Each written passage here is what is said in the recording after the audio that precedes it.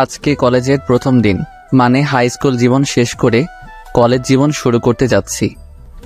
যেহেতু নতুন কলেজে যাব, সেহেতু সন্তান মনের মধ্যে অন্যরকম এক অনুভূতি কাজ করছে। সকাল সকাল আম্মু রান্না করেছে, আর আমি সবার আগে খেতে বেরিয়ে গেলাম। সাথে আমার হাই স্কুল লাইফের সেই পুরনো সাইকেলটা। আব্বু বলেছিল বাইকের কথা, কিন্তু আমার আবার এইসব দিকে তেমন আকর্ষণ নেই। আমি আব্বুকে বলেছিলাম, আব্বু, আমার এখন বাইক লাগবে না, তুমি বরং সেই টাকা দিয়ে অন্য কোনো কাজ করো। আমি সাইকেল নিয়েই খুব ভালোভাবে কলেজ করতে পারবো। আসলে সাইকেলের সাথে আমার প্রেম হয়ে গেছে। এতদিনের পুরনো বন্ধু ছাড়তে ইচ্ছে করে না, তাই সাইকেল নিয়েই কলেজ করব ঠিক করি। কলেজের উদ্দেশ্যে বেরিয়ে গেলাম। বাসা থেকে কলেজে যেতে প্রায় 20 মিনিট সময় লাগে। একাই যাচ্ছিলাম, সাথে কেউ নেই। কলেজ গেট দিয়ে যখন ঢুকবো, ঠিক তখনই পেছন থেকে একটা গাড়ির হর্নের শব্দ।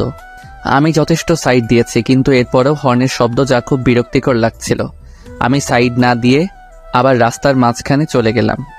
তারপর যা হলো, গাড়িটা গিয়ে একটা গাছের সাথে ধাক্কা খেলো। গাড়ি থেকে একটা মেয়ে নামলো।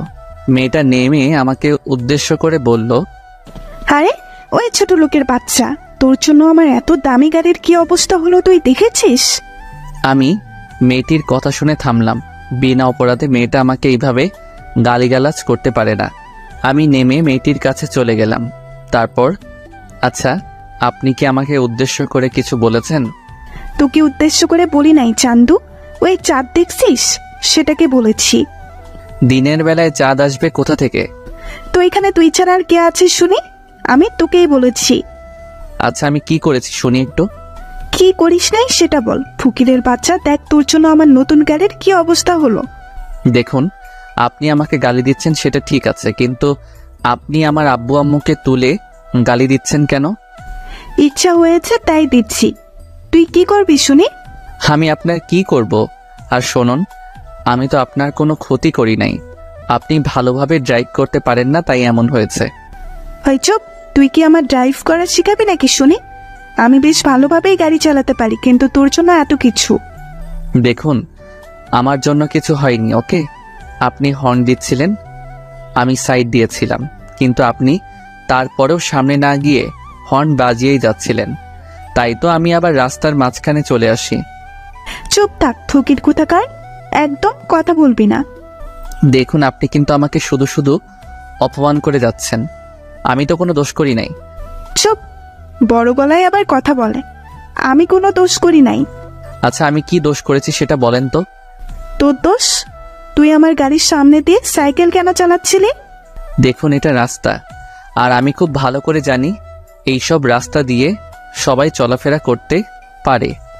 আর রাস্তাটা তো আপনার বাবার না, যে আপনি আসবেন বলে কেউ সেখান দিয়ে যেতে পারবে না। মেয়েটি আমার কথা শুনে রেগে গিয়ে আমার কাছে এসে চড় মেরে দিল। এই, আপনি আমাকে মারলেন কেন? তোর সাহস হয় কি করে আমার বাবাকে নিয়ে কথা বলার শুনি? দেখুন, আপনি কিন্তু অন্যায়ের পর অন্যায় করেই যাচ্ছেন। আমি কিন্তু সব সহ্য করব না।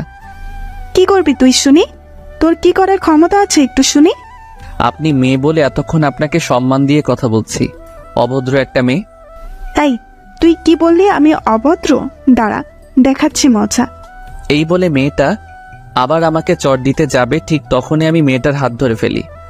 ওই ফকির, তুই আমাকে টাচ করলি কোন সাহসে? ছাড় বলছি, ছাড় আমায়। ছাড়বো না তোকে। কি করবি শুনি? এতক্ষণ তো সহ্য করলাম, কি ভেবেছিলি কিছু বলছি না বলে আমি সবসময় চুপ করে থাকবো নাকি? তোর মতো মেয়েদের মাথায় উঠতে দিতে নেই, ফাজিল মেয়ে কোথাকার। দেখ, আমাকে একদম অপমান করবি না, এর ফল কিন্তু একদম ভালো হবে না। খারাপের কি আছে শুনি? আমিও দেখতে চাই এর ফল কি হয়। এই বলে আমি মেয়েটার হাত ছেড়ে দিলাম। অন্যদিকে মেয়েটা তো রেগে একদম আগুন। আমি চলে গেলাম মেয়েটার সামনে থেকে। ফাজিল, অভদ্র মেয়ে কোথাকার। কলেজে গিয়ে আমি আমার ক্লাস খুঁজে ক্লাসে চলে গেলাম। কিছুক্ষণ পর দেখি মেয়েটাও আমাদের ক্লাসের। দূর, মেজাজ আবার খারাপ হয়ে গেল। মেয়েটা আমাকে দেখে মনে হয় আবার রেগে গেছে। মেয়েটা দাঁত কটর মোটর করতে করতে সিটে বসে পড়ল। আমি আর মেয়েটার দিকে লক্ষ্য না করে কিছু নতুন ফ্রেন্ড বানিয়ে নিলাম। কিছুক্ষণ পর স্যার আসলো ক্লাসে। সবাই দাঁড়িয়ে স্যারকে সালাম দিলাম। তারপর স্যার আমাদের সবাইকে বসতে বলল, বসে পড়লাম। তা আজকে তো তোমাদের কলেজ লাইফের প্রথম দিন, কেমন লাগছে সবার? জি স্যার, অনেক ভালো লাগছে। আজকেও তোমাদের ক্লাস নেব না, সবার সাথে পরিচিত হব। এক এক করে সবাই পরিচয় দাও। আগে আমরা মানে ছেলেরা সবাই পরিচয় দিলাম, তারপর মেয়েদের পালা। এক সময় সেই মেয়েটি নিজের পরিচয় দিল। মেয়েটির নাম তিশা। বাহ, বেশ সুন্দর নাম, কিন্তু নামের সাথে মেয়েটির কামের কোনো মিল নেই। একটা বদমেজাজি মেয়ে। মেয়েদের এত মেজাজ থাকা ভালো না। আর মেয়েটা তখন আমাকে চর মেরেছিল, সেই জায়গাটা এখনো ব্যথায় টনটন করছে। এত শক্তি বাবা! ক্লাস শেষ করে বাসায় ফিরছিলাম, নতুন বন্ধুদের সাথে খুব ভালো লাগছিল। একদিনই সবাই কেমন আপন করে নিয়েছে। আমি আমাদের বাসায় চলে গেলাম। বাসায় যাওয়ার পর কলিং বেল চাপতেই আম্মু দরজা খুলে দিল। আমি সরাসরি আমার রুমে চলে গেলাম। আসলে আমি আম্মুর কাছ থেকে লুকাতে চাইছিলাম যে আমার গালে কারো হাতের ছাপ আছে, সেটা আম্মু না দেখুক। কিছুক্ষণ পর আম্মু আমার রুমে আসলো, তারপর বলল, তোর গালে তো কোন কিসের দাগ দেখলাম বলতো? না আম্মু, তুমি কিসের দাগ দেখবে? মিথ্যা বলবি না, আমি দেখেছি, আর এখনো তোর গালের দাগগুলো খুব ভালোভাবে বোঝা যাচ্ছে। কিসের দাগ বল আমায়। না মানে আম্মু, আমি সাইকেল চালাচ্ছিলাম, তখন একটা মেয়ের সাথে ধাক্কা খেয়েছিলাম, তাই মেয়েটা আমাকে চড় মেরেছিল। কিছুটা সত্যি কিছুটা মিথ্যা। পুরোটা সত্যি বলে দিলে এটা ওটা জিজ্ঞেস করে, কান ঝালাপালা করে দিবে। সেটা তো একটা দুর্ঘটনা মাত্র, তার জন্য কেউ এইভাবে মারে? আম্মু বাদ দাও তো, যা হবার হয়ে গেছে। আমার খুব ক্ষুধা পেয়েছে, আমাকে তাড়াতাড়ি খেতে দাও, আমাকে আবার খেলতে যেতে হবে। আচ্ছা, আমি খাবার বেড়ে দিচ্ছি, তুই তাড়াতাড়ি খেতে চলে আয়। তারপর খেতে গেলাম। খাওয়া দাওয়া শেষ করে আমি খেলতে মাঠে চলে গেলাম। ক্রিকেট খেলছিলাম। মাঠের অপর প্রান্ত দিয়ে একটা মেয়ে হেঁটে যাচ্ছিল, বল করল, আর আমি ব্যাট সজোরে চালিয়ে দিলাম। ব্যাস, যা হবার তাই হলো। বল সোজা গিয়ে মেয়ের গায়ে লাগলো। মেয়ে তো রেগে একেবারে আগুন হয়ে গেছে। মেয়েটা বল হাতে নিয়ে দাঁড়িয়ে আছে। কেউ মেয়েটার কাছে যেতেই সাহস পাচ্ছে না। সবাই আমাকে জোর করে ধরে পাঠিয়ে দিল। যেহেতু বল আমি মেরেছি, আমি মেয়েটার কাছে যেতেই আরো অবাক। আরে, এই তো সকালে সেই মেয়েটা। আমি গেছি, এইবার আমি শেষ। তবু বুক ভরা সাহস নিয়ে আমি মেয়েটার কাছে গিয়ে বললাম, এই যে তিশা আপু, বলটা যদি দিতেন তাহলে খুব ভালো হতো। ওই, তুই আমাকে আপু বললি কেন? আমি কি তোর আপুর মতো নাকি? সরি, ভুল হয়ে গেছে খালাম্মা, এইবার দয়া করে বল দিন, আমাদের দেরি হয়ে যাচ্ছে। ইস রে, আগেরটাই ভালো ছিল। আর শোন, তুই বল পাবি না, যা ভাগ। প্লিজ বল দিন। বললাম না তুই বল পাবি না। তুইও ঘ্যানর ঘ্যানর করিস কেন? এমনভাবে বলবেন না প্লিজ, বল দিন। আচ্ছা দিব, তবে তোকে কানে ধরতে হবে। বল, তুই রাজি? আমি আর কোনো উপায় না পেয়ে কানে ধরলাম। তারপর তিশা বলল, এইবারের মতো অল্পতেই ছেড়ে দিলাম, যদি আবার আমার সাথে পাঙ্কা নিতে আসিস তাহলে তোর খবর আছে। এই বলে তিশা আমার দিকে বল ছুঁড়ে মেরে চলে গেল। আমি মনে মনে বললাম, সবার সামনে আমাকে অপমান করার শোধ আমি তুলে নিব।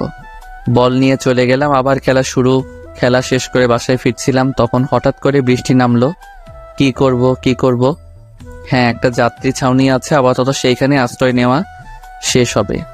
আমি যাত্রী ছাউনির নিচে আশ্রয় নিলাম। বৃষ্টি শেষ, আমি বাসায় ফিরছিলাম, তখন দেখি তিশা আসছে। মাথায় দুষ্টামি বুদ্ধি ভর করলো। তিশা আমাকে দেখে আমার কাছে দিয়ে আসছিল। আমি আমার পাটা একটু বাড়িয়ে দিলাম, তারপর ধপাস, হায় হায়, তিশা পড়ে গেছে। আরে ওই ফাজিল ছোট লোক, তুই এটা কি করলি? কি করেছি আমি? তুই আমাকে ল্যাং মারলি কেন? আমি কোথায় ল্যাং মারলাম? তুমি নিজেই তো আমার পায়ের সাথে। চুপ, একদম চুপ, ফাজিল পোলা। আমি গেলাম, তুমি এভাবে বসে থাকো কেমন? প্লিজ আমাকে একটু উঠিয়ে দেন। সেটা আমি পারবো না, মেয়ে মানুষের গায়ে আমি হাত দিতে পারবো না। প্লিজ একটু ধরে তুলে দে। আমি পারবো না, আমি গেলাম। এই বলে আমি সেখান থেকে চলে আসলাম। পরদিন কলেজে স্যার ক্লাস করাচ্ছে, হঠাৎ তিশা চিৎকার দিয়ে উঠে বলল, স্যার, এটা কি ক্লাসরুম নাকি প্রেম করার জায়গা? কেন, তুমি এমন কথা কেন বললি? স্যার দেখুন, কে যেন আমাকে প্রেমপত্র ছুঁড়ে মেরেছে। কই দেখি। এই নিন স্যার, দেখুন। এমন কাজ কে করতে পারে? তিশা প্রথমে সবার দিকে তাকালো, তারপর আমাকে দেখিয়ে বলল, স্যার ওই ছেলেটাই মেরেছে। স্যার তখন আমাকে দাঁড় করালেন আর বললেন, এই, তুমি এই কাজ করেছো? স্যার আমি তো এইসবের কিছুই জানি না। স্যার ওই শয়তান ছেলে মিথ্যা কথা বলছে, ওই আমাকে প্রেমপত্র দিয়েছে। স্যার বিশ্বাস করুন, আমি দেই নাই। যে দিয়েছিল সেটা আমি জানি, কিন্তু বলছি না, ঝামেলা হতে পারে। আমি চাইছি ব্যাপারটা অল্পতেই মিটে যাক। তোমার কোনো কথা আমি শুনতে চাই না। এই প্রথম দেখে তোমাকে ছোটখাটো শাস্তি দেব। কি শাস্তি স্যার? কান ধরে দাঁড়িয়ে থাকো। কিন্তু স্যার। কি, এই শাস্তি ভালো লাগে নাই? তাহলে চলো তোমাকে নিয়ে প্রিন্সিপালের কাছে যাই। না স্যার, ঠিক আছে, আমি কানে ধরছি। আর কিছু করার নেই, যার জন্য কানে ধরলাম সে আমার দিকে হা করে তাকিয়েছিল। যাক, শত্রু তো বাড়ালাম না। যার জন্য কানে ধরলাম সে আমার বন্ধু হবেই। আমি কানে ধরেছি আর তিশা মিটিমিটি হাসছে, সেটা দেখে আমার গা জ্বলে যাচ্ছে। না পারছি কিছু বলতে, না পারছি কিছু সহ্য করতে, শুধু জ্বলছি। ক্লাস শেষে আমি বাইরে বের হয়ে ক্যাম্পাসে চলে গেলাম। একা বসেছিলাম, ক্লাসের সবার সামনে কানে ধরেছি, সবাই আমার দিকে চেয়ে হাসছে, সেটা আমার খুব খারাপ লাগছে। একা বসেছিলাম, তখন কোথা থেকে যেন তিশা এসে আমার গালে চড় বসিয়ে দিল। আমি তো হতবাক, সাথে ক্যাম্পাসের সবাইও। আমি গালে হাত দিয়ে বললাম, এই তুমি আমাকে মারলে কেন? বেশ করেছি, মেরেছি। তোর মতো ছোট লোক কি করে ভাবলো তুই আমাকে প্রেমপত্র দিবি আর আমি রাজি হয়ে যাব? আমি তোমাকে প্রেমপত্র দিতে যাব কোন দুঃখে শুনি? এখন আবার ন্যাকা সাজা হচ্ছে? তুই যে একটা বদ ছেলে সেটা আমার বোঝা হয়ে গেছে। দেখ, তোকে শেষবারের মতো বলে দিচ্ছি, তুই ওই সব ধান্দা মাথা থেকে বের করে দে। তোর মতো ফকিরকে আমি ভালোবাসি না, আর কোনোদিন ভালোবাসবো না। তোর মতো ছেলেদের করুণা করা যায়, কিন্তু ভালোবাসা যায় না। আমি তো তোমাকে ভালোবাসি না, তাহলে এত কথা আসছে কোথা থেকে শুনি? ভালোবাসিস না? না, তাহলে প্রেমপত্র দিলি কেন? আমি তোমাকে কোনো প্রেমপত্র দেই নাই। এখন আবার মিথ্যা বলা হচ্ছে, তাই না? তখন পেছন থেকে একটা ছেলে বলে, ও কোনো মিথ্যা কথা বলে নাই, ও সত্যি কোনো প্রেমপত্র দেয় নাই। আসলে আমি ওটা তানহার দিকে ছুঁড়ে মারছিলাম, কিন্তু বলে সেটা আপনার কাছে চলে যায়। তাহলে সেটা এতক্ষণ না বলে এখন বলছেন কেন? আমি বলার জন্য আপনাদের খুঁজতেছিলাম। এখন বিশ্বাস হলো তো আমি তোমাকে কোনো প্রেমপত্র দেই নাই? হুম। আর কিছু না বলে তিশা সেখান থেকে চলে গেল, আর ছেলেটি আমার কাছে এসে বলল, আমি সরি, আমার জন্য তোমাকে এত কিছু সহ্য করতে হলো। না, এর জন্য সরি বলার কি আছে? আচ্ছা, আমরা কি ফ্রেন্ড হতে পারি? শুধু ফ্রেন্ড না, বেস্ট ফ্রেন্ড? হ্যাঁ, হতেই পারি। তোমার নাম কি? আমার নাম ফারাবি, তোমার নাম তো সোহেল। হ্যাঁ। আচ্ছা, ফ্রেন্ডশিপে তুই করা বলাটা বেশি ভালো, তাই না? হ্যাঁ, সেটাই। এইভাবেই কলেজে একজন বেস্ট ফ্রেন্ড পেয়ে গেলাম। এরপর থেকে অনেক বন্ধু হতে লাগলো। ফারাবি আর আমি এখন একদম কাছের, বলতে গেলে দুই ভাইয়ের মতো। একদিন দেখি ফারাবি মন খারাপ করে বসে আছে। কিরে মামা, মন খারাপ কেন? আর বলিস না, আমি তানহাকে এত ভালোবাসি, কিন্তু আমি সেটা এখনো তানহাকে বলতেই পারলাম না। তুই তো একটা গাধা, তাই বলতে পারিস নাই। আচ্ছা, কাল কলেজে চল, আমি সব ম্যানেজ করে দিব। কিভাবে কি করবি দোস্ত? সেটা কালকে দেখতে পারবি। পরদিন কলেজে ফারাবি আর আমি অনেক আগেই কলেজে চলে এসেছি। দেখি তানহা আর ওর বান্ধবীগুলো আসছে। আমি তানহার সামনে গিয়ে বললাম, তানহা, তোমার সাথে আমার কিছু কথা ছিল। জি বলো, কি কথা? দেখো, বেশি ঘুরিয়ে পেঁচিয়ে বলতে পারবো না, আমার বন্ধু ফারাবি তোমাকে ভালোবাসে। আপনার বন্ধু ফারাবি আমাকে ভালোবাসে, সেটা আপনার বন্ধুর ব্যাপার, কিন্তু আমি অন্য এক ফারাবিকে ভালোবাসি, ক্লাস 10 থেকে। কিন্তু আমার বন্ধু তো তোমাকে অনেক ভালোবাসে। প্লিজ ফারাবিকে ফিরিয়ে দিও না। সরি, আমার পক্ষে সম্ভব নয়। আমি মন খারাপ করে ফারাবির কাছে চলে গেলাম। তারপর, দোস্ত, তুই তানহাকে ভুলে যা। কেন? একথা কেন বললি? তানহা নাকি অন্য কোনো এক ফারাবিকে ভালোবাসে। দাঁড়া, তানহার মজা বের করতেছি। গত 1 বছর যাবত আমি ওর পেছনে ঘুরছি। ফারাবি গিয়ে তানহার সামনে দাঁড়িয়ে, এই, তোমার পেছনে ঘুরছি আর তুমি অন্য কোনো ফারাবিকে ভালোবাসো? না মানে, আমি অন্য কাউকে ভালোবাসি। আর এই কথা তোমাকে কে বলেছে শুনি? কেন? আমার বন্ধু বলল তুমি নাকি অন্য কোনো ফারাবিকে নাকি ভালোবাসো। কে? তোমার বন্ধু? এই তো আমার বন্ধু। আরে, আমি কি জানতাম নাকি এনি তোমার বন্ধু? আমি তো ভাবছি এনি যার কথা বলছে আর আমি যাকে ভালোবাসি দুজন আলাদা মানুষ। তার মানে তুমিও আমাকে? হ্যাঁ। তাহলে তুমি যে বলেছো 1 বছর ধরে ভালোবাসো? হ্যাঁ, বাসি তো। আমি তোমাকে গত 1 বছর ধরে ভালোবাসি, অনেক ভালোবাসি তোমাকে। তাহলে এতদিন বললে না কেন? কেন? আমি কেন বলবো? তুমি বললে না কেন? আচ্ছা, তোরা দুজন কথা বল, আমরা না হয় অন্য জায়গায় গিয়ে বসি, কেমন? তারপর আমি আর তানহার বান্ধবীরা অন্য জায়গায় এসে বসে পড়লাম, তাদের সাথে কথা বলতে লাগলাম। তখন কোথা থেকে যেন তিশা এসে বলল, কি ব্যাপার, সেদিন আমাকে লাভ লেটার দিয়ে কাজ হয়নি বলে আজ আবার নতুন কারো খোঁজ করছিস নাকি? দেখো, তুমি যখন তখন এসে এইভাবে আবল তাবল কোনো কথা বলবে না। এরা সবাই আমার ফ্রেন্ড। ফ্রেন্ড না ছাই, তোকে আমি খুব ভালোভাবেই চিনে গেছি। তখন তানহার এক বান্ধবী নাম অধরা সে বলে উঠল, দেখুন, সে যদি আমাদের কারোর সাথে প্রেম করে তাতে আপনার সমস্যা কোথায় শুনি? আপনি তো আর তার গার্লফ্রেন্ড না যে আপনার প্রবলেম হবে। কি রে, তুই ওর হয়ে এত কথা বলছিস? তুই কে শুনি? ওকে ভালোবাসিস নাকি? যদি ভালোবাসি তাতে আপনার কোনো সমস্যা আছে নাকি শুনি? আমার কেন সমস্যা হতে যাবে? তাহলে এখানে এত কথা না বলে এখান থেকে জানতো। কেন, আমি কি তোদের প্রেমে সমস্যা করছি নাকি? দেখুন, আমরা এখানে প্রেম করছি না, আমরা জাস্ট ফ্রেন্ড। আর আপনি চাইলে আমাদের সাথে যোগ দিতে পারেন। আমার বইয়েই গেছে তোদের মতো মানুষদের সাথে আড্ডা দিব। থাক তোরা। তিশা চলে গেল। এই মেয়ের মতিগতি কিছুই বুঝি না, যখন তখন অপমান করে। আমি এই মেয়ের কি এমন ক্ষতি করেছিলাম যে যখন তখন অপমান করে? ভালো লাগে না। এই, আপনার কি মন খারাপ? না, মন খারাপ কেন থাকবে? আরে ওই মেয়ের কথাই কিছু মনে করবেন না। যে যেমন সে তেমনই ভাববে। সে নিজে হয়তো অন্য কারোর সাথে প্রেম করে, তাই আপনাকে আমাদের সাথে বসে থাকতে দেখে বলছে আপনি প্রেম করছেন। আচ্ছা, ফারাবিকে কিভাবে চিনলেন? ওই যে সেই দিনের কথা মনে আছে, যেদিন ক্লাসে আমি কান ধরে দাঁড়িয়েছিলাম? হ্যাঁ আছে। জানেন, আপনাকে অনেক কিউট লাগছিল সেদিন। এত হাসার কি হলো? না মানে আপনাকে পিচ্চি একটা ছেলের মতো মনে হচ্ছিল। ওই, আপনি কি রাগ করলেন নাকি? না, রাগ কেন করব? আচ্ছা তাহলে এবার বলুন, ফারাবিকে আপনি কিভাবে চিনলেন? মানে আপনাদের পরিচয় হলো কিভাবে? সেদিন ফারাবি আপনার বান্ধবীকে চিঠি ছুঁড়ে মেরেছিল নিচ থেকে, সেটা তিশার কাছে চলে যায়। আর তারপরের ঘটনা আপনি জানেন। আর ফারাবি যখন তিশাকে চিঠি ছুঁড়ে মেরেছিল সেটা আমি দেখছিলাম, কিন্তু তারপরেও আমি সেটা বলি নাই। তারপরে থেকেই আমাদের ফ্রেন্ডশিপ হয়ে যায়। আপনি সব জেনেও কিছু বলেন নাই? পিচ্ছি। আচ্ছা, আমরা তো সেম ইয়ারেই পড়ি, তুমি করে বলবো আমরা। আপনি বলাটা আমার একদম ভালো লাগছে না। আচ্ছা, আপনার যা ইচ্ছা বলুন। শুধু আমি কেন বলবো, আপনাকেও বলতে হবে। কিন্তু? কোনো কিন্তু নয়, এখন থেকে আমি তোমাকে তুমি আর তুমিও আমাকে তুমি করেই বলবে, মনে থাকে যেন। আচ্ছা, থাকবে। ওই, এই দুইজনকে সে কখন ছেড়ে এসেছি, এখনো তাদের কোনো খোঁজ খবরই নেই। কি করছে চলো গিয়ে দেখি। হ্যাঁ চলো। তারপর আমি, অধরা আর তার বান্ধবীরা চলে গেলাম। দেখি ফারাবি মাত্র একে অপরকে জড়িয়ে ধরতে যাবে, ঠিক তখনই মামা ভাগ সারাইলো। ফারাবি তো তানহাকে ছেড়ে সোজা দৌড়। এদিকে আমি, অধরা, বাকি সবাই হাসতে হাসতে শেষ। তানহাও যোগ দিল আমাদের সাথে। ফারাবি আসলে একটা মহাবিতু। হুম। আমাকে এতদিন ধরে ভালোবাসে, কিন্তু বলার সাহস পাইনি। আর দেখুন, আপনার মিথ্যে কথা শুনে কিভাবে দৌড় দিল। আবার সবাই হাসতে লাগলাম। সেদিন আর তেমন কিছু হলো না। পরদিন কলেজে আমি যথারীতি সাইকেল নিয়ে কলেজে যাচ্ছি। সামনে একটা মেয়ে হেঁটে যাচ্ছে। কয়েকবার বেল দিলাম, কিন্তু আমাকে সাইড দিচ্ছে না। আমি যে একটু কাটিয়ে যাব সেটাও করতে দিচ্ছে না। বারবার বেল দিচ্ছি। একসময় মেয়েটা পেছন ঘুরে তাকালো। আরে এটা তো তিশা, কি ব্যাপার, এতবার বেল দিচ্ছি, সাইড দিচ্ছ না কেন? আমার ইচ্ছা হচ্ছে তাই দিচ্ছি না। আর তোর এই খ্যাতমার্কা সাইকেলের বেল আমার কান ঝালাপালা করে দিচ্ছে। বাসায় রেখে আসতে পারিস না এই ভাঙারি ব্যাটারিকে? দেখো, তুমি আমায় যা ইচ্ছা বলো, কিন্তু আমার সাইকেল নিয়ে কিছু বলবা না। তিশা আমার কথা শুনে মনে হয় রেগে গেল। তারপর তিশা আমার সাইকেলে এত জোরে লাথি মারলো, সাইকেল আমার হাত থেকে ছুটে পড়ে গেল। তিশা যখন আমার সাইকেলে লাথি মারছিল, আমার মনে হচ্ছিল সে আমার বুকে লাথি মারছে। আমি নীরব হয়ে গেলাম। কিরে, এমন চুপ করে আছিস কেন? ধুর, তোর সাইকেলের মতো তুইও খ্যাত থাক। তিশা চলে গেছে, কিন্তু আমি তখনও সেখানে দাঁড়িয়ে আছি।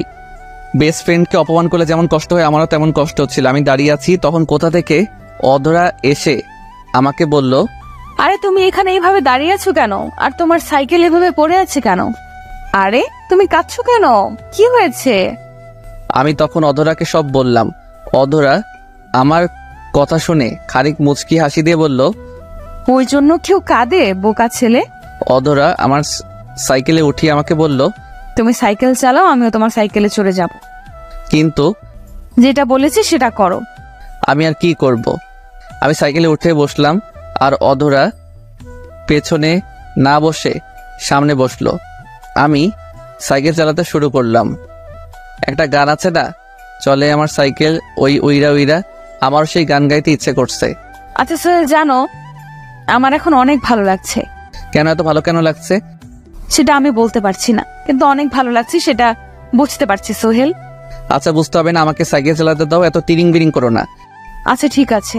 আমি সাইকেল চালিয়ে কলেজ পর্যন্ত আসলাম। সবাই অবাক আমাদের দেখে, হা করে তাকিয়ে আছে আমাদের দিকে। তিশাও অবাক। তিশা মনে হচ্ছে একটু বেশি অবাক হয়েছে। তিশা হা করে তাকিয়েছিল আমাদের দেখে। এই তুমি এখানে নামালে কেন? সাইকেল জায়গা মতো রেখে আসি। আচ্ছা যাও, তাড়াতাড়ি এসো, আমি চলে গেলাম। তিশা আমার কাছে এসে বলল, কিরে, আজকাল কি সাইকেলে যাত্রী উঠানো শুরু করলি নাকি? নিশ্চুপ, কোনো কথা বলছি না। সকালে তিশা আমার সাথে যা করেছে তার জন্য আমি তিশাকে কোনোদিন মাফ করতে পারবো না। কিরে, কথা বলছিস না কেন? বোবা হয়ে গেলি নাকি? দেখো, তোমার সাথে আমার কথা বলার কোনো ইচ্ছা নাই। তাহলে কি আছে? কোনো কিছুর ইচ্ছা নাই। তুমি প্লিজ আমার সাথে এমন ব্যবহার করা ছেড়ে দাও।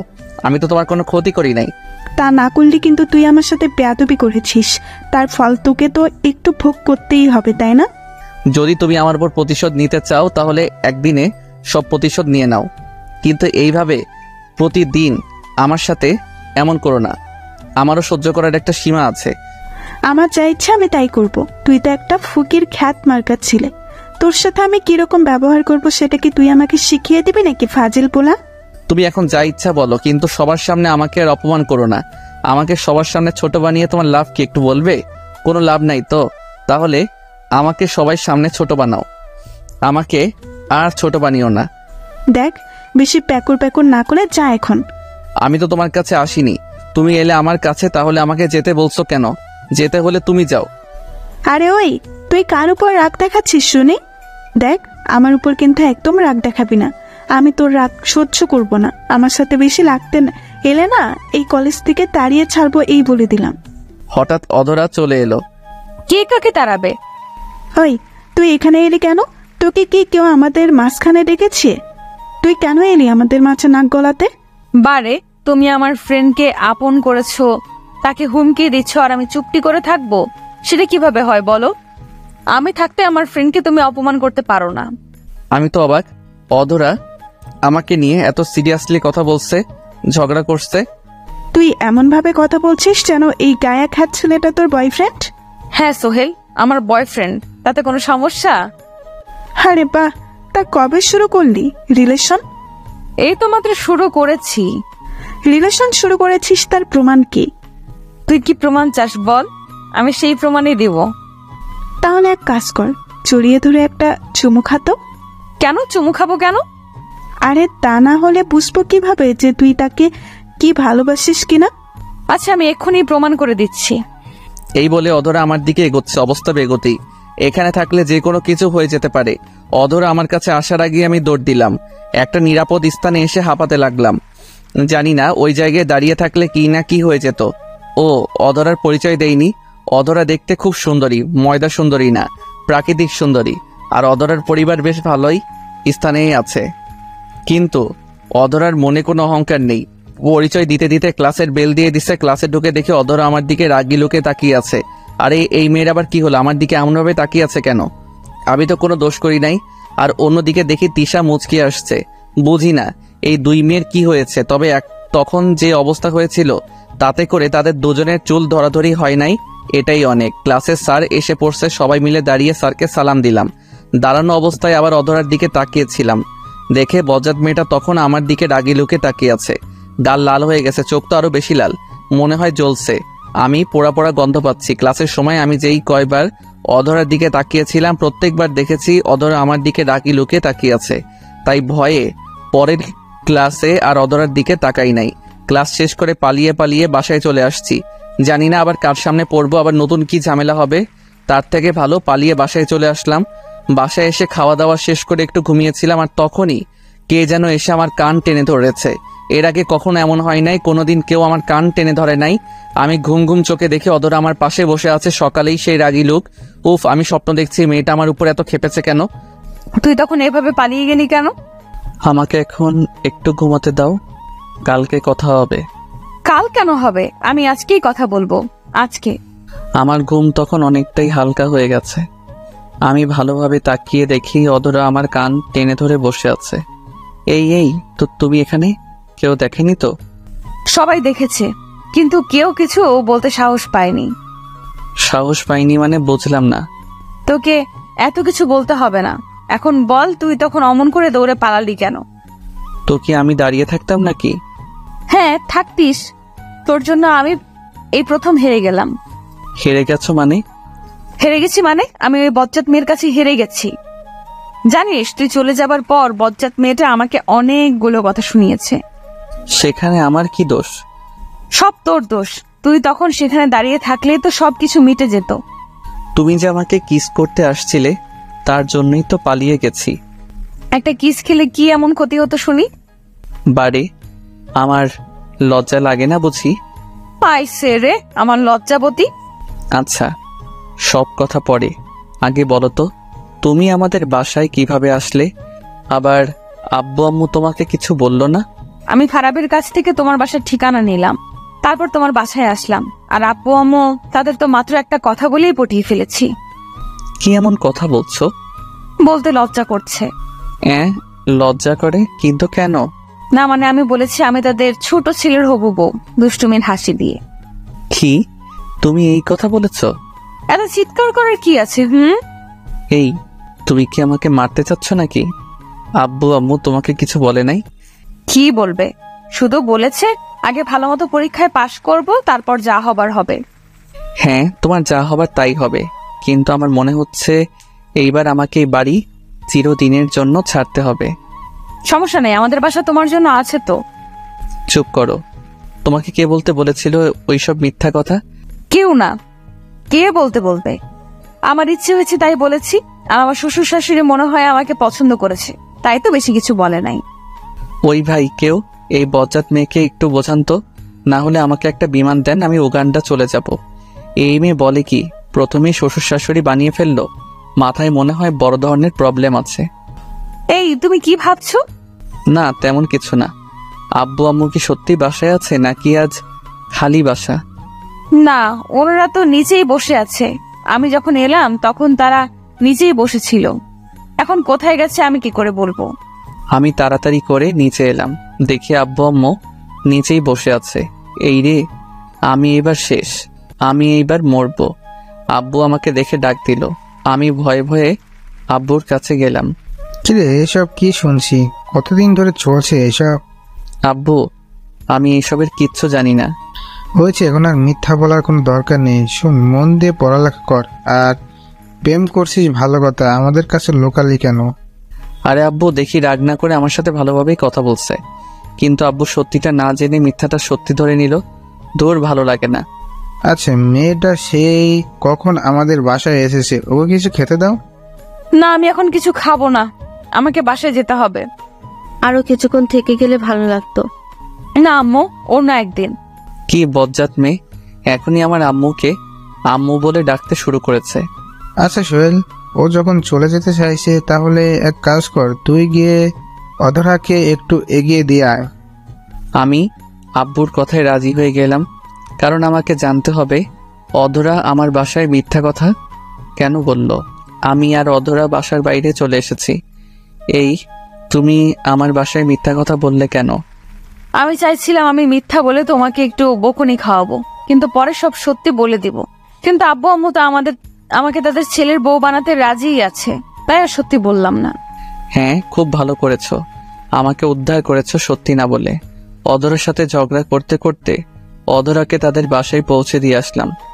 বাসায় আসার পর আম্মু আবার কান টেনে ধরলো আর বলল, আমাদের না জানিয়ে বউ খোঁজা হয়ে গেল।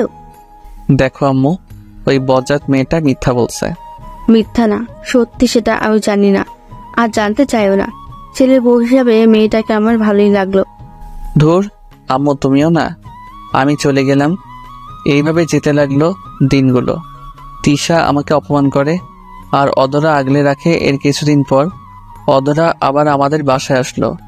এসে আব্বু আম্মুকে বলল তার সাথে নাকি তার কোনো এক ফ্রেন্ডের বাসায় যেতে হবে, কিসের নাকি পার্টি আছে। আমি যেতে না চাইলেও আব্বু আম্মু আমাকে জোর করেই পাঠিয়ে দিল। আমি গাড়িতে উঠে অধরাকে জিজ্ঞেস করলাম, আচ্ছা আমাকে সাথে না নিলেও তো পারতে। হ্যাঁ পারতাম, কিন্তু যে পার্টিতে যাচ্ছি সেখানে সবাই কম বেশি মিঙ্গেল, তাই ভাবলাম আমি একা সিঙ্গেল থাকি যদি, তাই তোমাকে নিয়ে যাচ্ছি। এই মেয়ে আসলে একটা বড় পাগল। পার্টিতে গিয়ে আমি আর অধরা পাশাপাশি হাঁটছি। এক সময় অধরা আমার হাত ধরলো। কি হলো এটা, তুমি আমার হাত ধরলে কেন? আশেপাশে দেখো সবাই হাত ধরে হাঁটছে। আমি আর অধরা হাঁটছি, এমন সময় তিশা আমাদের সামনে আমাদের দেখে প্রচন্ড রেগে গেছে। চোখ দুটি লাল হয়ে গেছে, মনে হয় আমাদের দুজনকে খেয়ে ফেলবে। কি রে, সেদিন তো আমাকে খুব কথা শুনিয়েছিলি সোহেল নাকি আমাকে ভালোবাসে না। এই দেখ, আমি আর সোহেল আজ একসাথে হাত ধরে হাঁটছি, আর সোহেল আমাকে খুব ভালোবাসে, বুঝলি? ফাজিল মেয়ে, এতদিন তোর জন্য অনেক অপমান মুখ বুজে সহ্য করেছি, কিন্তু আর সহ্য করব না। কিসের এত দেমাগ শুনি? তোর বাবা বড় লোক তাই? হ্যাঁ, আমার বাবা বড় লোক, তাই আমার এত দেমাক। আরে থাম থাম, শুধু কি তোর একার বাবাই বড়লোক নাকি? অন্য কারোর বাবা বড়লোক হতে পারে না? শুন, তুই এতদিন সোহেলকে অকারণে অনেক অপমান করেছিস, কিন্তু এরপর থেকে ভুলেও আর তাকে তুই অপমান তো দূরের কথা, তার ধারে কাছেও আসবি না, এ বলে দিলাম। তুই বলার কে? আমি কাছে যাব নাকি যাব না সেটা আমার ব্যাপার। না, তোর ব্যাপার না, সে এখন আমার বয়ফ্রেন্ড, সো তার ব্যাপার আমি ভালো বুঝবো। তুই দয়া করে তার থেকে একটু দূরে দূরেই থাকিস। আমি অবাক হয়ে নীলার কথা শুনছিলাম। এই মেয়ে এসব বলছে কি? আমি তার বয়ফ্রেন্ড হলাম কবে? যাক, বলছে ভালোই করছে। আমি যা না পারতাম সেটা নীলা করে দিচ্ছে। আমার অপমানের বদলা নীলা নিচ্ছে, আমি তো এনজয় করছি। আরে আমি কি তোর মতো বোকা নাকি? আমি তোর মতো খ্যাতমার্কা ছেলের সাথে যাব, আর কোনোদিন তুই আমাকে তার ধারের কাছেও দেখবি না। সেটা হলেই ভালো হয়। তিশা হনহন করে চলে গেল। আচ্ছা, তুমি তিশাকে এত কিছু বললে কেন? আমার ইচ্ছে হলো তাই বললাম। এতদিন চুপচাপ ছিলাম, কিছু বলি নাই। আর বলি নাই বলে মেয়েটা এত বেড়ে গেছে, আর তুমি ওই মেয়ের হয়ে কথা বলছো কেন? কই, আমি কখন বললাম? না বলাই ভালো, চলো পার্টি এনজয় করি। পার্টি আমার এনজয় করা শেষ। মানে হলো তিশার অপমান আহা কত ভালো যে লাগছে বলে বোঝানো যাবে না। নীলাকে বললাম আমি বাসায় যাব। কেন এত আগে বাসায় কেন যাবে? আমার ভালো লাগছে না। এই কি বলো, কি হয়েছে তোমার? তেমন কিছু না, মাথা ব্যথা করছে। নীলা আর কিছু বলল না, গাড়িতে গিয়ে বসলো। সাথে আমিও। আমাকে বাসায় নামিয়ে দিয়ে নীলা চলে গেল। এরপর দিনগুলো খুব ভালো কাটতে লাগলো। আর সেদিনের পর থেকে তিশা আর আমাকে কোনো অপমান করে নাই, আমার সামনেও আসে নাই। আমি আর নীলা খুব ভালো বন্ধু। হ্যাঁ, আমাদের ব্যাচের প্রায় সবাই প্রেম করে, শুধু আমি আর নীলা ছাড়া। কিন্তু অনেকে এটা ভাবে আমার আর নীলার মাঝে রিলেশন আছে, যদিও এই কথা সত্যি না। কিন্তু লোকে ভাবলে আমাদের আর কি করার আছে? তার থেকে ভালো যে যেমন ভেবে খুশি তাকে তেমন ভাবতে দেওয়া উচিত। দেখতে দেখতে ইন্টার দ্বিতীয় বর্ষে পা রাখলাম। নীলা আর আমার মাঝে আগের থেকে বেশি ঘনিষ্ঠতা হয়েছে বলতে গেলে। একে অপরের জন্য পাগল, কেউ কাউকে ছাড়া থাকতে পারি না। নীলা যেখানেই যাক না কেন আমাকে সাথে নিয়ে যাবে, আর সবার সামনে পরিচয় দিবে আমি নাকি তার বয়ফ্রেন্ড, হবু স্বামী। আমি এই জন্য নীলাকে আগে অনেক কিছু বলতাম, কিন্তু এখন কেন জানি না ভালো লাগে, তাই কিছু বলি না। কোনো এক কারণে আমার আর নীলার মাঝে একটু ঝগড়া হয়, যদিও এই আগে অনেকবার ঝগড়া হয়েছে, আবার সব ঠিক হয়ে গেছে। কিন্তু এইবার যখন ঝগড়া লাগলো, তার পরের দিন আমি জানতে পারি আমাদের নানার বাসায় যেতে হবে। 2 দিন পর নাকি আমার মামাতো ভাইয়ের বিয়ে। মামাতো ভাই বিয়ের জন্য পাগল হয়ে গেছে। যদি বিয়ে দেওয়া না হয় তবে নাকি বউ বাসায় নিয়ে আসবে। মামা মামি মান সম্মানের ভয় বিয়ে দিতে রাজি হয়ে গেল। হঠাৎ করেই সব ঠিক হয়ে গেছে। আজকে রাত্রের ট্রেনেই আমাদের যেতে হবে। আমি নীলাকে অনেকবার ফোন দিয়েছি, কিন্তু ফোন অফ। নীলাকে সাথে নেওয়ার ইচ্ছা ছিল, গ্রাম দেখতে চেয়েছিল, কিন্তু সেটা আর হলো না। মন খারাপ, নীলাকে জানাতেও পারলাম না আমরা ঢাকা ছাড়ছি। মামার বাসায় গিয়ে আমি মনমরা হয়েছিলাম। যেদিন গায়ে হলুদ সেদিন কয়েকটা মেয়ের সাথে কিছু পিক তুলে ফেসবুকে আপলোড করি। আমার গায়ে হলুদ ছিল আর জামাই জামাই লাগছিল। পোস্টে লেখা ছিল কালকেই বিয়ে। তারপর সব ঝামেলা শেষ। উফ, খুব আনন্দ লাগছে। ছবি আপলোড করার কিছুক্ষণ পর দেখি নীলার ফোন। আমি তো মহা খুশি। নীলা ফোন দিয়েছে, মনের খুশিতে হাসতে হাসতে ফোন ধরলাম। হ্যাঁ নীলা বলো। জানো আমি খুব খুশি। নীলা আমার সেই কথার দিকে মন না দিয়ে বলল, আচ্ছা তুমি এখন কোথায়? তোমাদের বাসায় কেউ নেই, তোমাকেও দেখছি না। আমি তো গ্রামে আছি। ঠিকানা দাও। তাও ঠিকানা দিয়ে দিলাম, সাথে সাথে ফোন কেটে দিল। ধুর, কি হলো? একটু যে মন খুলে কথা বলবো সেটাও হলো না। রাতে সবাই আনন্দ করছে, হঠাৎ বাসার বাহিরে 2টা গাড়ি এসে থামলো। এত রাতে গাড়িতে কে এলো? সবাই চিন্তায় আছে। গাড়ি থেকে লোকগুলো নেমে বাসার দিকে আসছিল। আমি শুনেছি এই গ্রামে নাকি মাঝে মধ্যে ডাকাতি হয়। আমি ভাবলাম হয়তো ডাকাত এসেছে, তাই কাউকে কিছু না বলে লুকিয়ে পড়লাম। লুকিয়েছে অনেকক্ষণ হয়েছে। একসময় আমি লক্ষ্য করলাম আমার নাম ধরে অনেকে ডাকাডাকি করছে। আমি তো আরো ভয় পেয়ে গেলাম, কিন্তু একটু সাহস বুকে নিয়ে বেরিয়ে এলাম। সবার সামনে দেখি নীলা ও তার পরিবার, সাথে উকিল আছে আর একজন হুজুর। আমি নীলাকে দেখে অবাক। এত রাতে তুমি এখানে কি করো? কোনো কথা বলছে না। আব্বু এসে বলল, আজকে তোদের বিয়ে। আব্বু কি বলো? তুমি কি ঘুমে আছো নাকি? না, আমি জেগে আছি। আজ তোদের বিয়ে। মেয়েটা অনেকক্ষণ অনেক কান্নাকাটি করছে। আমরা চেয়েছিলাম তোদের বিয়ের পরীক্ষার পর দেব, কিন্তু না, তোদের বিয়ে আজকেই হবে। কিন্তু আব্বু। চুপ হারামজাদা, যখন প্রেম করছিলি তখন মনে ছিল না? এখন বিয়ে করতে সমস্যা কিসে শুনি? আমি না কিছু বলতে পারছি না, শুধু এটা ভাবছি এইসব আমার সাথে কি হচ্ছে। ভাবতে ভাবতে মনে হয় বিয়ে হয়ে গেছিল। আমাদের দুজনকে এক রুমে পাঠানো হলো। কি হয়েছে সেটা আমি তখনও বিশ্বাস করতে পারছি না। রুমের মধ্যে আমি আর নীলা। এই শোনো, কি হলো এইসব? বিয়ে হয়ে এখন বাসর হবে। তুমি আমাকে বিয়ে করলে কেন? ভালোবাসি তাই। ভালোবাসো? কই আগে তো কোনোদিন বলো নাই। মেয়েরা কখনো আগে বলে গাধা? আমি তো তোমাকে অনেক আগে থেকেই ভালোবাসি।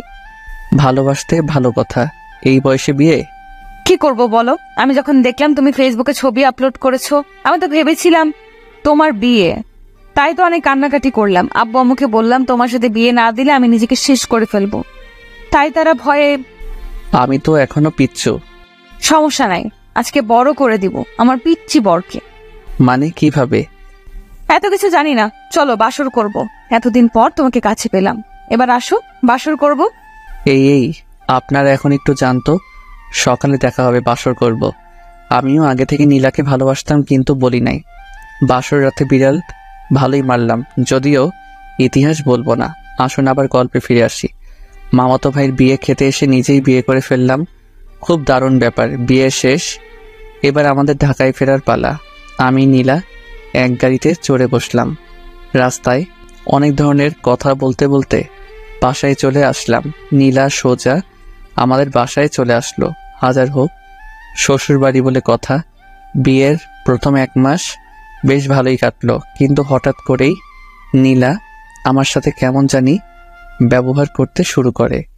আমার উপর সবসময় রেগে থাকতো, আমার সাথে তেমন কথা বলতে চাইতো না, কিন্তু কেন এমন করছিল সেটা বুঝতে পারছিলাম না। এর কিছুদিন পর নীলা আমার কাছে এসে বলল তার নাকি 5,000 টাকা লাগবে। এই তুমি কি পাগল? আমি এত টাকা কোথায় পাবো? সেটা আমি জানি না, আমার টাকা দরকার, তুমি দিবে। আব্বু আম্মুর কাছ থেকে আর কত নেব? আমারও তো সম্মান আছে, তাই না?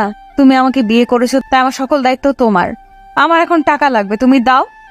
আমি কোনো টাকা দিতে পারবো না, আর আমি এখনো বেকার। আমাকেই চলতে হয় আব্বুর কাছ থেকে টাকা নিয়ে। আর 2-1,000 হলে তাও অন্য কথা, 5,000 টাকা আমি দিতে পারবো না। তার মানে তুমি আমাকে টাকা দিবে না, তাই তো? আমি তখন নীলার হাতে 2,000 টাকা দিয়ে বললাম, এর বেশি আমার কাছে নেই। নীলা রেখে টাকাগুলো ছুঁড়ে ফেলে দিল আর বলল, আমারই ভুল, তোর মতন ছেলেকে বিয়ে করেছিলাম বলে। আমার বোঝা উচিত ছিল তুই একটা ছোট লোক, আমার ভরণ পোষণ তুই করতে পারবি না।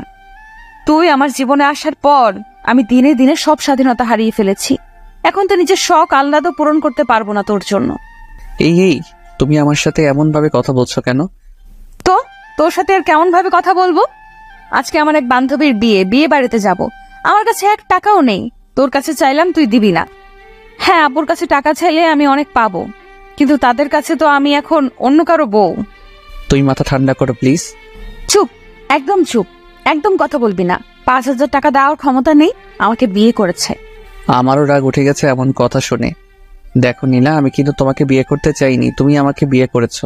হ্যাঁ, সেটাই তো আমার জীবনের বড় ভুল, তোকে করুণা করে বিয়ে করেছি। মানে কি বলতে চাচ্ছ তুমি? কিসের করুণা? আরে তিশা যখন তোকে অপমান করতো, তোর জন্য আমার করুণা হতো, আর সেই কারণে তোর সাথে মিশেছি। কেন যে সেদিন পাগলের মতো তোকে বিয়ে করতে গেছিলাম। দেখো, বারবার বিয়ে করতে গেছিলাম বলে চিল্লাইও না। কি আমি চিল্লাচ্ছি? ছোট লোক, তোর সাথে কথা না বলাই ভালো। 2 পয়সার রোজগার করার ক্ষমতা নেই, আবার বড় বড় কথা। আমি আর কিছু বলছি না। কি হলো নীলা? নীলা তো এমন ছিল না, আমার সাথেই প্রথম এত খারাপ ব্যবহার করলো। শুধু কি টাকার জন্য, নাকি অন্য কোনো ব্যাপার আছে? খুব কষ্ট হচ্ছে এইসব কথা ভাবার সময়। আমাকে চুপ থাকতে দেখে নীলা রাগে গজগজ করতে করতে চলে গেল।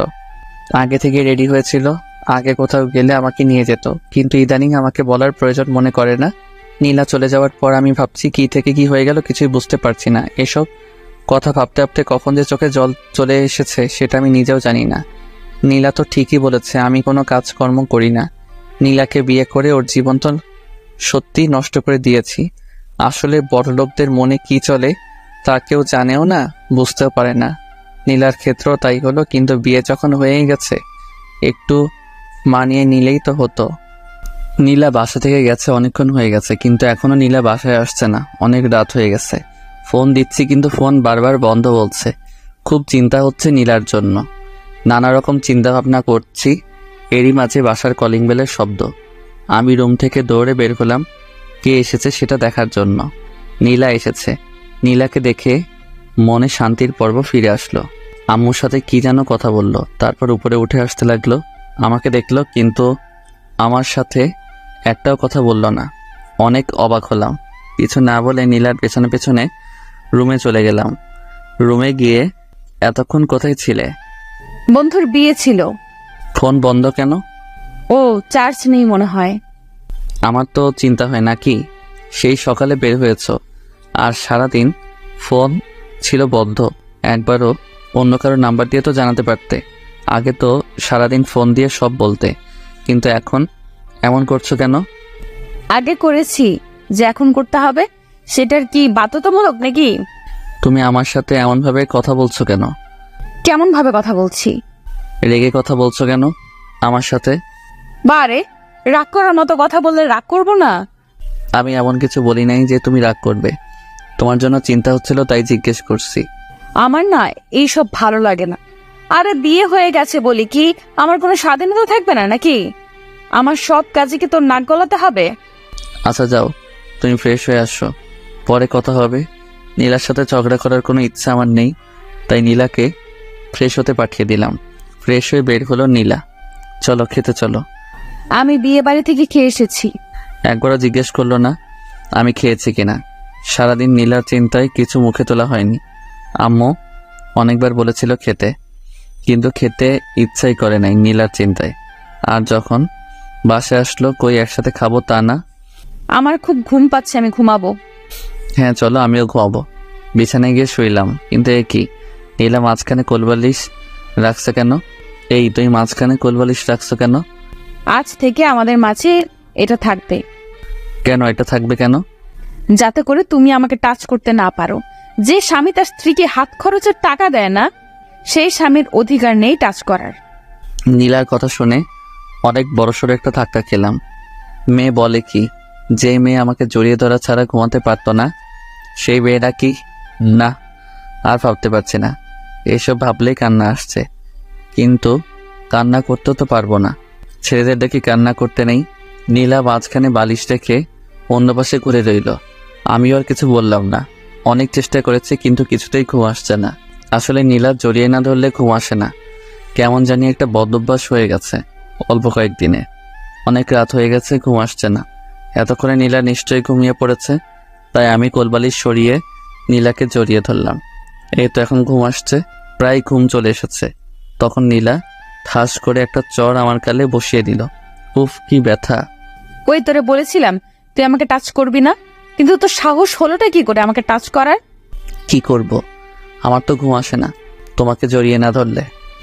ঘুম না আসলে না আসুক, তবু তুই আমাকে জড়িয়ে ধরবি না। প্লিজ আমার সাথে এমন করো না, আমার রাতের ঘুম কেড়ে নিও না। ওই তুই তোর কথা বন্ধ কর আর চুপচাপ ঘুমিয়ে পড়। আর খবরদার, আবার যদি বালিশ সরিয়ে আমাকে জড়িয়ে ধরেছিস তবে কিন্তু খারাপ কিছু হবে, বলে দিলাম। কি আর করবো, সে সকাল থেকে আমাকে অপমান করে যাচ্ছে, এখন আর সহ্য করা যাচ্ছে না।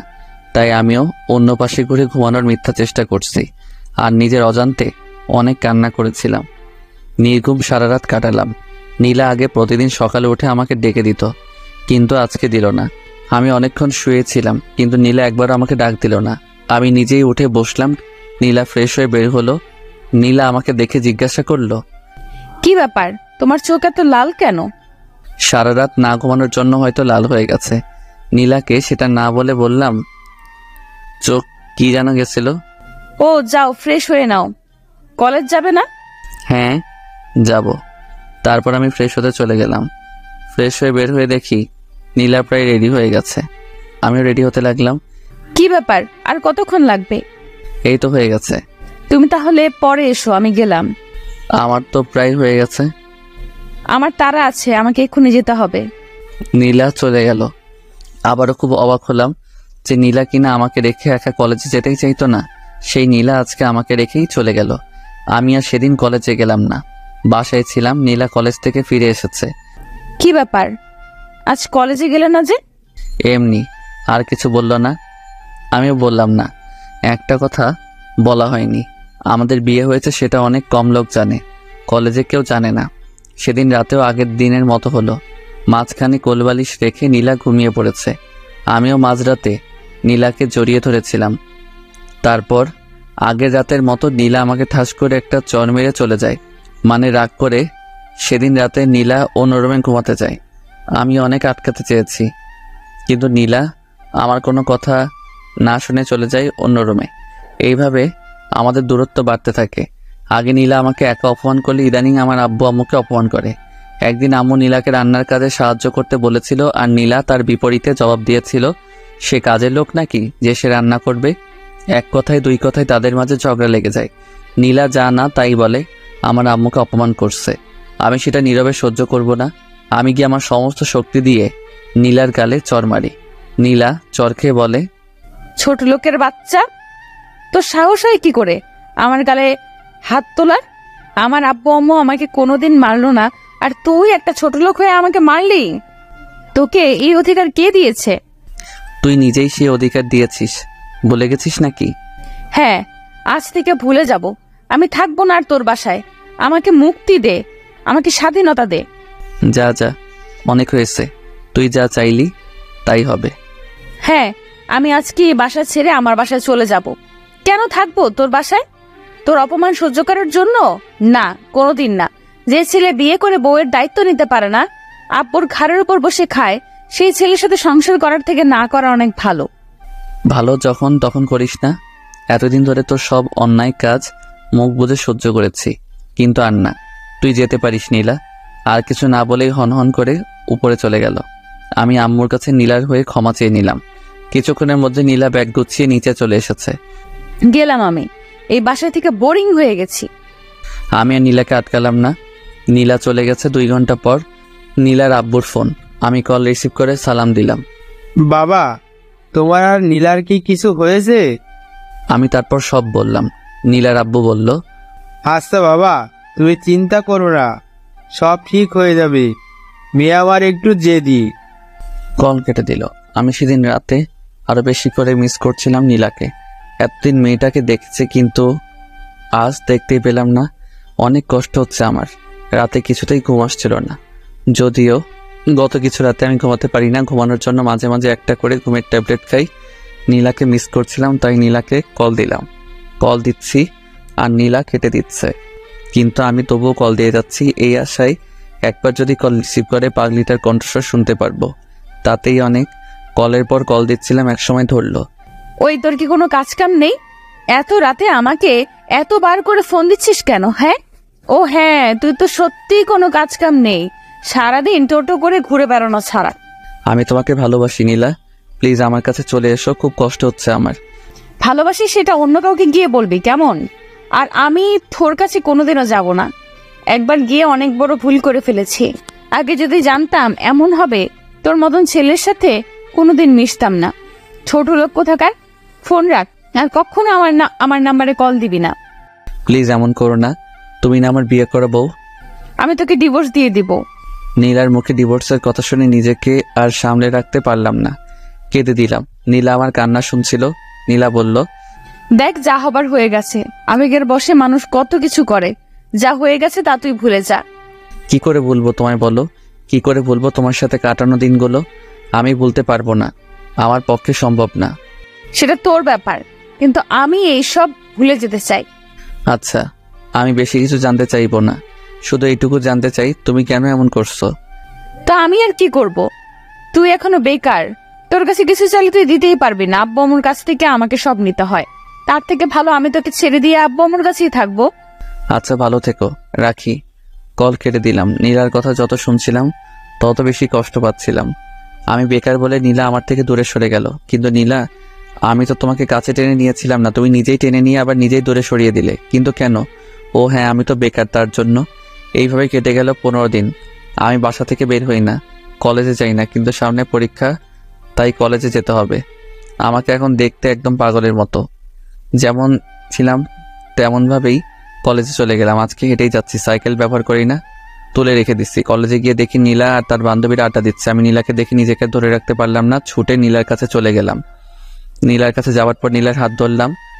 নীলা আমাকে দেখে রেগে গেছে, তার উপর হাত ধরেছে। নীলা আমাকে সজোরে একটা থাপ্পড় দিয়ে বলে, এই ছোট লোক, তোর সাহস কি করে হয় আমার হাত ধরার? নীলা তুমি আমার। আমি তোর কি শুনি? আমি তোর কেউ না। আমার কথা পুরোটা শেষ করার আগে নীলা কথাটা বলল, আমার ভালো লাগছে না। গত কয়েকদিন ধরে সময় মতো খাই না, ঘুমাই না, শরীর এমনিতেই দুর্বল ছিল, তার উপর রোদে হেঁটে এসেছি, খুব খারাপ লাগছে। আমি চুপ করে দাঁড়িয়েছিলাম। কিরে, কিছু বলছিস না কেন? আমি আর দাঁড়িয়ে থাকতে পারছিলাম না, মাথাটা ঘুরছে, আমি বসে পড়লাম। কিরে, ভিক্ষা করবি নাকি? এমন ভাবে বসে আছিস কেন? কিছু বলছি না, চুপ করে বসে আছি। নীলা রেগে সেখান থেকে চলেই গেল। আমিও নীলার পেছন পেছন চলতে শুরু করলাম। খুব কষ্ট হচ্ছে, তবুও নীলার পেছন নিয়েছি। হঠাৎ আবারও আমার মাথা ঘুরে যায়। এইবার আর নিজেকে সামলাতে পারলাম না, মাথা ঘুরার কারণে এবার আমি পড়ে যাই। কিছু মনে নেই। আর তারপর যখন জ্ঞান আসে তখন দেখি কলেজের কিছু বড় ভাই আমার মাথায় পানি ঢালছিল। নীলা আমাকে দেখেও আমার কাছ থেকে চলে গেছে। এইবার সব থেকে বড় ধাক্কা খেলাম। আমি বড় ভাইয়াদের ধন্যবাদ দিয়ে বাসায় চলে আসলাম। যদিও ভাইয়ারা বলেছিল আমাকে বাসায় পৌঁছে দিবে, কিন্তু আমি তাদের কোনো সাহায্য নিয়েছিলাম না। আমি একাই বাসায় চলে আসি। আম্মু বলল, কি হয়েছে? আমি কোনো উত্তর না দিয়ে নিজের রুমে চলে গেলাম। তারপর ফুল সাউন্ডে গান ছেড়ে আমি প্রচণ্ড জোরে কান্না করতে শুরু করলাম। কান্না করছি তো করেই যাচ্ছি। একসময় নিজেকে বোঝালাম যে আমাকে ইনকাম করতে হবে, নীলাকে দেখিয়ে দিতে হবে। নীলা আমাকে অনেক অপমান করেছে। আর না, আমি গোসল করলাম, তারপর খেতে এলাম। গেল কয়েকদিন সময় মতো কিছু খাওয়া হয় না। এখন থেকে আগে নিজেকে ঠিক রাখবো, তারপর বাকি চিন্তা। আমি আর নীলার কথা ভেবে একদম কষ্ট পাবো না, অনেক হয়েছে। খেয়ে দিয়ে একটু বের হলাম। আমার এক বন্ধুর সাথে দেখা হলো, মানে স্কুল লাইফের। ওর আব্বু বড় এক কোম্পানি আছে। আর হ্যাঁ, আমি এসএসসি পরীক্ষার সময় ওকে অনেক কিছু দেখিয়েছিলাম। যদি আমি না দেখাতাম তবে বেচারা নিশ্চিত ফেল করত। বন্ধুর নাম রাফি। রাফি আমাকে দেখে আমার দিকে এগিয়ে এলো। হ্যাঁ দোস্ত, কি খবর? তোর চেহারা এমন হয়েছে কেন? তারপর রাফিকে সব বললাম। আরে এই ব্যাপার, আমি কালকে আব্বুকে বলে তোর জন্য কাজের ব্যবস্থা করে দিচ্ছি। হ্যাঁ দোস্ত, সেটা করলে অনেক ভালো হয়। তুই কোনো চিন্তা করিস না, ভাবি ভুল করেছে, দেখবি সব ঠিক হয়ে যাবে। হ্যাঁ, কাল তুই কাজে জয়েন করিস। তারপর রাফি আর আমি মিলে একটু ঘুরে বেড়ালাম। পরদিন সকালে আম্মুকে বললাম, আম্মু আমি অফিস যাচ্ছি। মানে অফিস? কিসের অফিস? তোর তো কলেজ আছে। আম্মু আমি আর পড়ালেখা করব না, আগে রোজগার করেই দেখিয়ে দিব আমিও পারি। হঠাৎ এমন কেন বলছিস বাবা? তোর কি টাকার দরকার? টাকার দরকার হলে আমাকে বল, আমি সব ব্যবস্থা করে দিচ্ছি। না আম্মু, আমার টাকার দরকার না, তবে যে জন্য আমি এমন করছি সেটা এতদিন তোমার কাছ থেকে গোপন রেখেছিলাম। কি গোপন রেখেছিলি বাবা? তারপর আমি আম্মুকে নীলার সব কথা বলি। এত কিছু হয়ে গেল আর তুই আজকে আমাদের বললি? আম্মু আমি ভেবেছিলাম সব ঠিক হয়ে যাবে, কিন্তু সেটা তো আর হলো না। তাই আম্মু, আব্বু তো আমাকে বাইকের কথা বলেছিল। অফিস যখন করব একটা বাইক খুব দরকার। আব্বুকে বলে একটা ম্যানেজ করে দাও না। তুই কোনো চিন্তা করিস না বাবা, আজকে এই বাইক পেয়ে যাবি। আম্মুকে সালাম করে অফিসের উদ্দেশ্যে বের হলাম। একটা রিক্সা নিলাম। অফিসে যাওয়ার আগে আমি রাফিকে ফোন দিলাম। রাফি বলল, তুই অফিসে আয়, আমি অফিসেই আছি। আমি অফিস চলে গেলাম, কিন্তু দারোয়ান আমাকে ঢুকতে দিচ্ছে না। তাই আবার রাফিকে ফোন দিলাম। রাফি নিজেই নিচে চলে এলো। রাফি আমাকে নিয়ে তার বাবার কাছে চলে গেল। আব্বু, এই সোহেল আমার বন্ধু, যার কথা তোমাকে বলেছিলাম। আচ্ছা বাবা, তুমি পড়ালেখা বাদ দিয়ে হঠাৎ চাকরি করবে কেন? আমি তাকে আমার সব কথা বললাম। রাফির আব্বু আমার কথা শুনে বলল, বাবা তুমি এক কাজ করো, তুমি চাকরিও করো সাথে পড়ালেখাও করো। না স্যার, আমি চাকরিতেই আমার মনোনিবেশ করতে চাই। আমার কথা শুনে রাফির আব্বু আর কিছু বলল না, আমাকে কাজ দিয়ে দিল। কাজ খুব সহজ। কে কখন অফিসে আসলো সেটা লেখা, আর কে কি কাজ করছে সেগুলো মনিটর করা। বেতন নাকি 25,000 টাকা। যদিও আমি এই কাজে এত বেতন আশা করি নাই। রাফি আমাকে অফিস রেখে চলে গেল। রাফির আব্বু আমাকে আমার বসের সাথে পরিচয় করিয়ে দিল। বস আমাকে দেখে কেন জানি না জড়িয়ে ধরে কান্না করে দিল। আমি আর রাফির আব্বু এমন কাজে অবাক। কি ব্যাপার কামাল সাহেব, এমন ভাবে কান্না করছেন কেন? আসলে আমার ছেলের কথা খুব মনে পড়ে গেছিল। কেন, আপনার ছেলের কি কিছু হয়েছে? আসলে বাবা, ওনার ছেলে কিছুদিন আগে রোড অ্যাক্সিডেন্টে মারা যায়। ও স্যার, আমি সরি, আপনাকে মনে হয় কষ্ট দিয়ে ফেলেছি। না বাবা, কোনো কষ্ট না। তুমি কি নতুন? হ্যাঁ, আজ থেকেও তোমার আন্ডারেই কাজ করবে। একটু বুঝিয়ে সুঝিয়ে দিও, একদম বাচ্চা ছেলে তো। আপনি কোনো চিন্তা করবেন না স্যার, আমি এই ছেলেকে এমনভাবে তৈরি করব, দেখবেন একদিন আপনি এই ছেলেকে নিয়ে গর্ববোধ করবেন আর আমাকে ধন্যবাদ দিবেন। রাফির আব্বু আরো কিছু কথা বলে সেখান থেকে চলে গেল। আচ্ছা বাবা, তোমার বয়স তো একদম কম, তোমার তো পড়ালেখা করার বয়স, তুমি এই বয়সে চাকরি করবে কেন? আমি বসকেও সব বললাম। তুমি চিন্তা করো না, মন দিয়ে কাজ করো, আমি তো আছি। যদি কোথাও না বোঝো তাহলে আমাকে বলো, আমি তোমাকে সব বুঝিয়ে দিব। তারপর বস আমাকে কাজগুলো বুঝিয়ে দিল। আমি আমার কাজে লেগে গেলাম। যদিও প্রথম দিন ছিল, অল্প কিছু ভুল ছাড়া প্রায় সব কাজ ভালোভাবেই করতে পেরেছিলাম। বস ও রাফির আব্বু এমনটা দেখে খুব খুশি হলো। আমি তো বিশ্বাস করতেই পারছি না তুমি এত নিখুঁতভাবে কাজ করবে।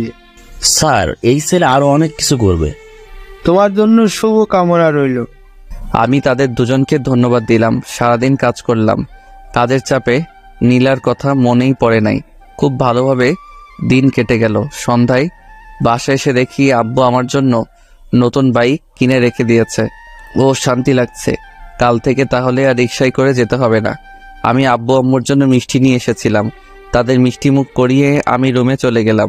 ফ্রেশ হয়ে খেয়ে দিয়ে আবার রুমে চলে গেলাম। নীলার কথা আবার মনে পড়ছে।